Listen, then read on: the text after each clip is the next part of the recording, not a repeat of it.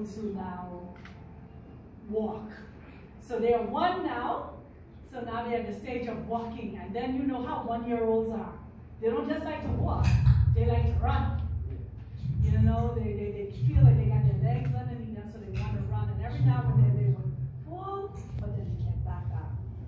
But I want to give you a word of encouragement and inspiration to all of you amazing investors, and that's what you are.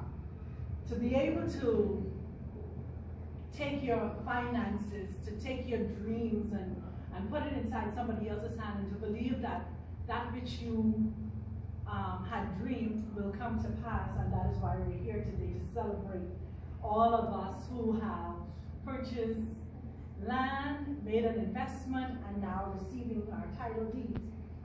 But as we step out of 2023, going into 2024, there was one word that came to me when Madam Esther asked me to come and give you a word of encouragement, inspiration. The word discipline.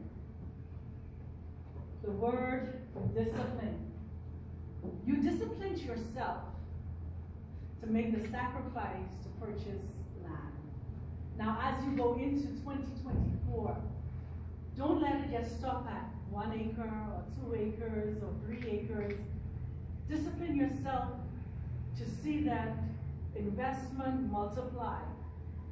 I am one of the firm believers that land is wealth. And owning land is the first step into becoming wealthy, owning that which you now can generate your wealth from. And so when I look at the word discipline, I want to encourage you not to end up like Moses. Yes, Moses did a great thing. He led the children across the Red Seas. But when he got on the other side, after going up to the mountain and talking to the Most High, and he came down and he saw what the people was doing, he became discouraged. He became angry. He became disappointed. So you've made an investment. Don't let what somebody else is saying about you, said about you, cause you to become angry or disappointed and not continue to invest, not to continue to grow. And what happened to Moses? He ended up dying out there by himself. When everybody else went across to the promised land and eating the good of the land, he ended up dying by himself. Don't let what people say to you discourage you and pull you back from continuing to invest, continuing to better yourself in your situation. Then I think about Joseph. Everybody knows you call Joseph a dreamer. Oh, you're dreaming about owning land, you're dreaming about having shamba, you're dreaming about you can be this multi-millionaire. Yes, you are. What happened to Joseph? Yes, he went to a pit. Yes, he went to prison. But guess what? He was the savior of his family. Your investment is not only going to save you, but you're going to leave a legacy for generations to come. So Joseph left a legacy of how he helped his people. In a time of famine, he told them how to save, and then it was enough for time. In time of plenty, he was able to save. So when famine came, he was not affected by it. Egypt was not affected. You now invested in a time when people say famine is around, but now you're going to be able to help your generation for time to come. And the last person I want to talk about is Abraham.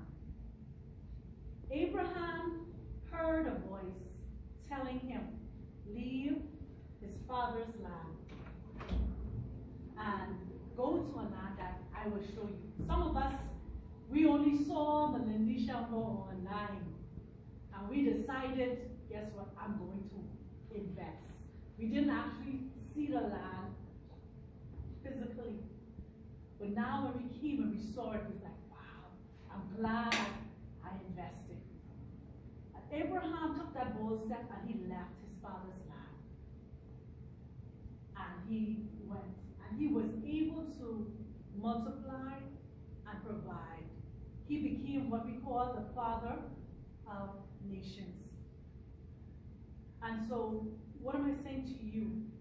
When people were looking at you and you stepped out, and I don't know who you told that this is what you're about to do, if you shared your plans with anyone, and they're like, that ain't gonna work, forget about it. But guess what? In the end, you're gonna see what, you're gonna reap, let me put it like this, you're gonna reap the benefits of your investment. And I can say the same thing for myself. Like in Abraham, I heard a voice telling me, leave my father's land, leave the Bahamas, and go to Kenya. I'm going to establish you there. And I'm so grateful for our dear Madam Esther and her team. They did an amazing job. I'm thankful for their integrity, that I also was able to encourage others to invest in the land. And I know it's going to be greater later. So I encourage you, like Moses, don't get angry, don't become disappointed when people don't believe the way you believe. Like Joseph, you're preparing for your future to leave a legacy. And more so like Abraham, you're stepping out of that comfort zone into the uncomfort to make life more better for yourself and the generations to come. Thank you so much. I appreciate all of you.